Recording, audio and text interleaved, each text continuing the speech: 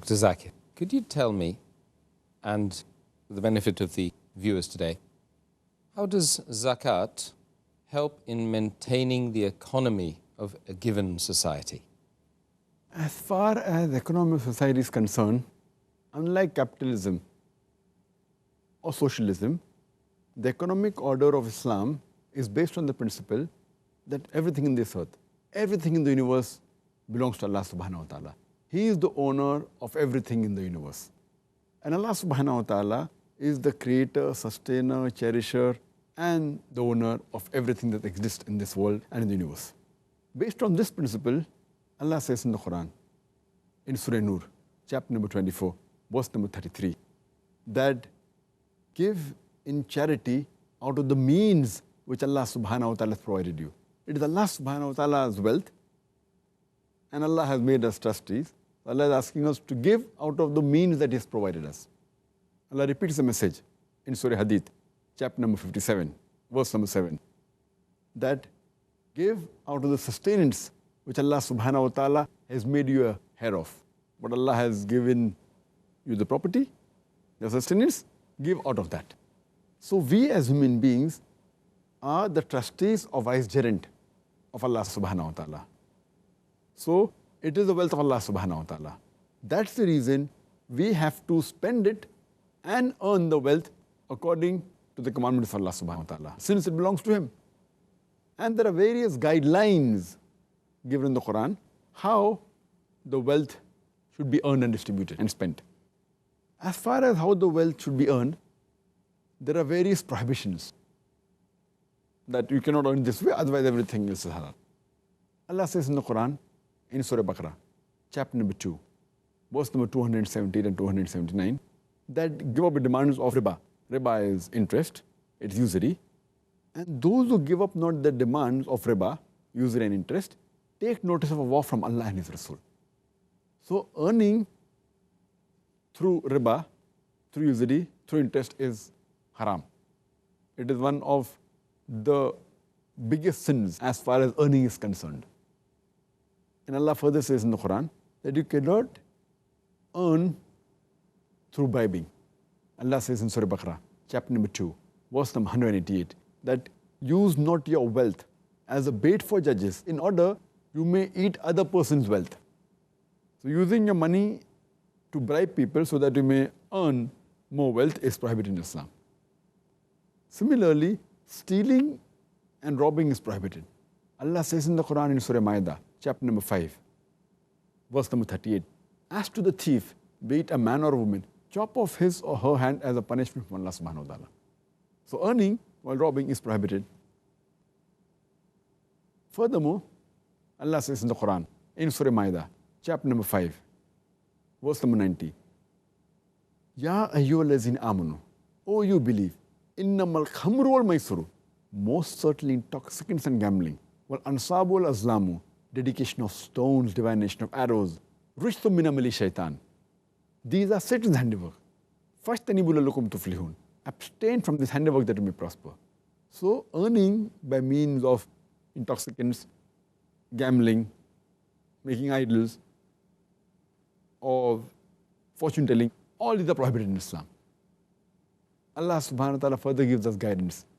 And Allah says in the Quran, in Surah Nur, chapter number 24, verse number 33, that do not force your maids into prostitution, those who want to remain chaste, just in order to gain some wealth or goods. But if anyone forces them after this, then Allah is of forgiving and most merciful. But you cannot earn through prostitution. And furthermore, Allah says in the Quran, in Surah Nur, chapter number 24, verse number 19, and those who love scandal to be published and broadcast amongst the believers, they will surely get a grievous penalty in this world and in the hereafter. That means anyone who likes to publicize or broadcast scandal amongst the believers, it is prohibited. And further Allah says in the Quran, in Surah Nisa, chapter number 4, verse number 2, that give to the orphans their property once they become adult. Means if you're a guardian to the property of an orphan, give it to them when they mature. and do not exchange your goods which are useless with their goods which are good. And neither do you mix up your goods with their goods. For all those who do this, they are doing a great sin. So there are various things mentioned in the Quran that you cannot earn by means of riba, interest, or by bribing, or by robbing, or alcohol, gambling, idol worship, fortune telling, by prostitution, by scandalous ways, or by eating the orphan's property. This is a guideline given by Allah subhanahu wa ta'ala, which you find in the other world today, in the modern world. All this is very common. And Allah also gives us a way, gives us guidelines how to spend the wealth. Allah says in the Quran in Surah Baqarah, chapter number 2, verse number 261, if anyone sows 1 grain in the way of Allah subhanahu wa ta'ala, Allah will give him 7 years, each year bearing 100 grains. That means Allah subhanahu wa ta'ala says that if you spend in the way of Allah subhanahu wa ta'ala, Allah will give you 700 times profit. In business terminology, Allah will give you 70,000% profit. In which business will you get 70,000% profit? And Allah continues and says that He will give you multiple times more. So the best way to spend is in the way of Allah subhanahu wa ta'ala. It is charity. Allah further repeats the message in Surah Baqarah, chapter number 2, verse number 271, that if you disclose the charity that you give, it is well. But if you conceal it and make it reach those people who are needy, that is the best for you. It will cover up your sins, and Allah knows. Giving charity is good. Allah has given you permission to disclose it, also to tell it to others, but the best is disclosing. Allah says in Surah Baqarah, chapter number 2, verse number 277, as to those who believe and do righteous deeds and establish prayers and they give charity, that is zakat, they will receive the reward from their Lord. And on them shall be no fear and they shall not have any penalty. Allah says in Surah Dhariyat, chapter 51, verse number 9, Allah says, and give charity to those who ask and even to those who are prevented from asking. And if you know the person deserves, if he's needy, if he's poor, whether he asks or does not ask, yet give him charity. I'd like to mention one more verse.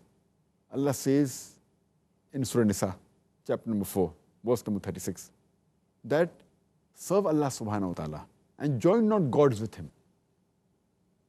And be good to your parents and the kinsfolk and the relatives and to the orphan, those who are in need, and to the neighbors, those who are near you, and to the neighbors, those who are strangers, as well as to the wayfarer and to what your right hand possesses. So Allah gives the categories of people who should be good to.